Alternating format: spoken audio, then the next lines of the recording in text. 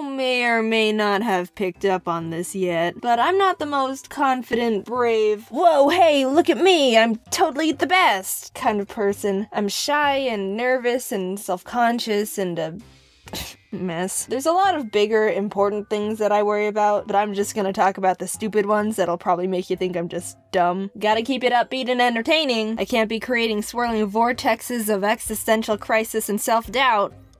Yet. Judge me if you want, but I mean, I can't help but be pointlessly freaked out about these things. I'm sure you've got your weird triggers too. Loud flushing toilets. I can't remember a single moment of my life where I haven't been scared of loud flushing toilets. It's just the fact that, especially if you're in a stall, you're locked in this tiny space with this solitary, isolated toilet bowl, and it's always a gamble. Some toilets are really nice and quiet, and they just go...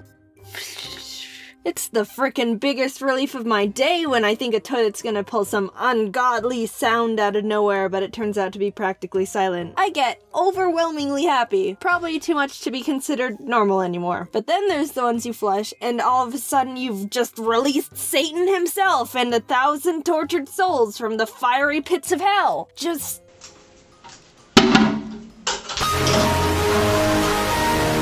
I go into mental breakdown stage. I can't even move. Have you ever seen the videos of like goats or some other animal where they just freeze and fumble over if they get startled? That's me. But I don't fall down. If I'm in a house where there's a bunch of extra room in the bathroom, I get as far away from it as possible, immediately. But again, if I'm in a stall, I have to end up just pressing myself against the door as much as I can and wait for it to end. Jaden, you bimbo, if you're so terrified, why don't you just leave the stall? Well, good sir, have you ever noticed that bathroom stalls tend to mainly open inwards? That means in order to leave, you gotta step closer to the toilet. No thank you. That's the opposite of what I want. I'd rather just be a frozen victim for 10 seconds. Why do factories even make loud flushing toilets anymore? Just make them all quiet. Please? I'm getting tired of pressing that dumb button, and all of a sudden all the Jurassic Park movies start screeching at me at the same time.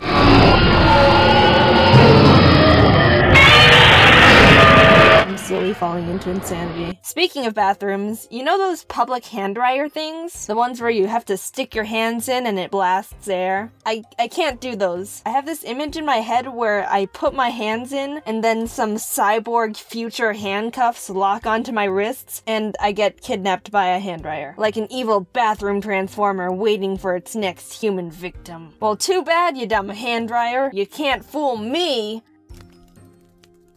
And speaking of hands, I am just on a roll with these transitions today. I'm self-conscious of them. No, I'm not just afraid of hands in general. That's chirophobia. I had to look that up. I have this dumb thing where my hands are always cold. Not just like, oh, your hands are a bit cold. They're frigid. It's so bad that I'm actually very nervous about shaking people's hands or giving high fives just because they're so cold. Whenever you meet someone new, you normally shake their hand. Well, I don't want to shake their hand if their first impression of me is gonna be, hi, I'm Jaden. Boom, I'm secretly an ice witch, and you've just been cursed with the power of 1,000,000 ice cubes. How about instead of shaking hands, we just do finger guns? I like that idea much better. Like, we've all been in that situation where you have to say bye to someone, and it's like, well, shoot, am I supposed to shake their hand, or hug them, or whatever other confusing goodbye motion? Just do finger guns. Less confusion. And contact. I'm sure the misophobes can agree with me on that one. And with high fives, normally it's not that bad, but I still try to minimize it to the least amount of physical contact as I can. Someone goes, high five! And I just smack their hand as fast as possible. It's weird and noticeable sometimes, but trust me, I'm doing you a favor. What else can I be stressed about? Time limits in video games. The less amount of time, the worse it is. I just can't stand the feeling of a constant, you better hurry up and complete your mission, you only have a limited amount of thinking time, every action you do that has no impact on furthering your path is a mistake, you're doing everything wrong and your inevitable punishment is steadily approaching. Even in Mario. I mean, it doesn't affect me too much because the timer is up in the corner and not in your face like some games, and there's typically a lot of time, but as soon as that music gets faster, oh boy, everything just got intense. Oh, I'm in trouble now. Time to sprint. No time to look for secrets or nothing. I'm about to have an aneurysm here. Our lives are a time limit when you think about it. Back when I was a kid, I had this Game Boy Advance SpongeBob game, and for the second level, you had to get SpongeBob to the top of Sandy's treehouse by hopping up branch platforms. But the thing was, there were bird baths scattered around, and you only had a limited amount of time to get to the next bath before SpongeBob dried out. I was so scared of running out of time, I never got past the level. I stood at the bottom, just sitting in the bath, occasionally stepping out only to get extremely panicked to see the time start ticking down and hop back in. I really want to play that game again. I've gotten better at video games since then, and I kinda want to experience the other 95% of that game. Okay, so since I have zero self-control when it comes to video games and nostalgia, I went out and I bought the game. I bought the game again because I wanted to play the level and prove to you that I can beat it. So yeah, I'm just gonna...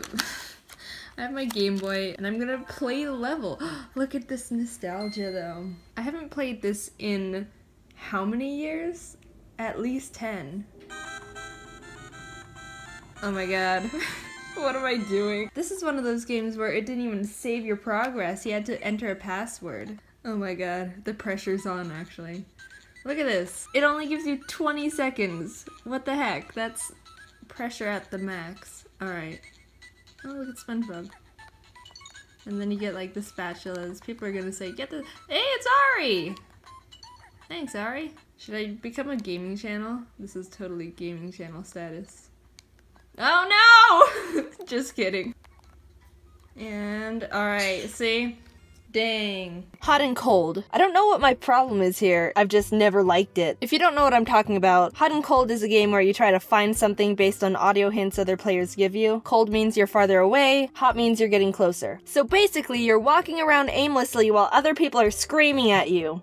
That's how my mind interprets it anyway. I can't cope with the constant input from people based on my every action, and it gets worse when I'm getting closer. With every step, people are getting more and more intense at me, and I feel like something's just gonna pop up out of nowhere and... stab me? You're getting warmer. You're hot.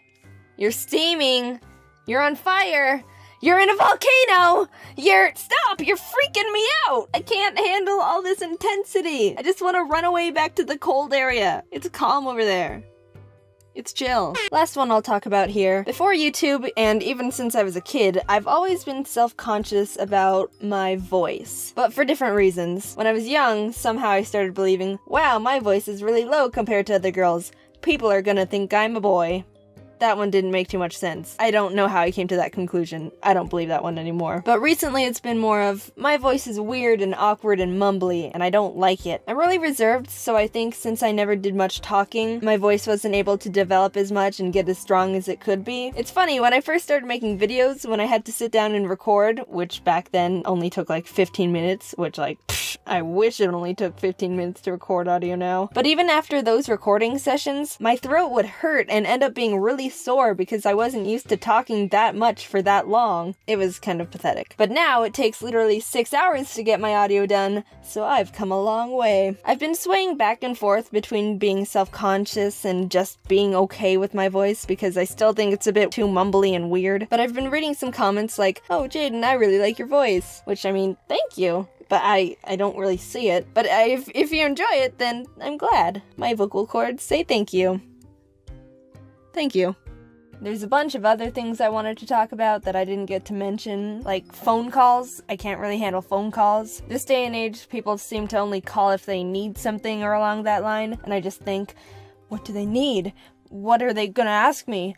What if I don't have an answer? What if I waste their time? I don't know what they want from me. The possibilities are endless. Oh my god! And then I end up not picking up the phone.